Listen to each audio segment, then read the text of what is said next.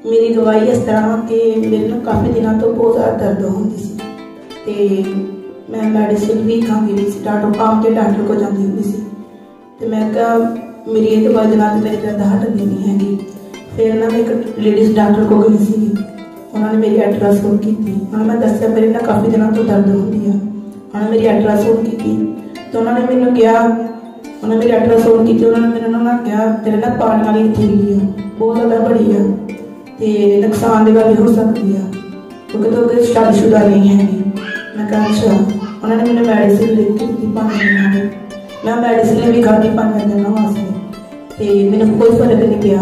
फिर एक दिन उन्होंने दवाइयाँ मीटिंग के चर्चा है तो पापा जी ने मेरे वास्ते दवा की मेरे उस दफा मैं ना मेरे दर्द काफ़ी दर्द हो रही थी। पापा जी ने पूछा तेरे रिम्स का दर्द होती, मैं कहा मेरे हो रही है तो पापा जी ने मेरे तो दवा की थी। मैं फौरन उस टाइम मेरे दर्द खत्म हो गई।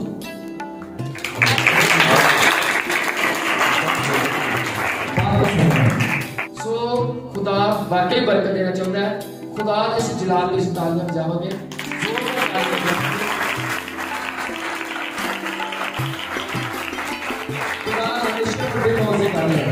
जानते हो अगर यूट्रस के सौड़ियां बंदे कभी इलाज नहीं हो सकती, बड़ी प्रॉब्लम बढ़ सकती है, लेकिन खुदा आजाद करने वाला है। अगर कोई बंदा खुदा नहीं करना चाहता तो खुदा वाकई आजाद है। 2 हफ्ते पहले की गल है।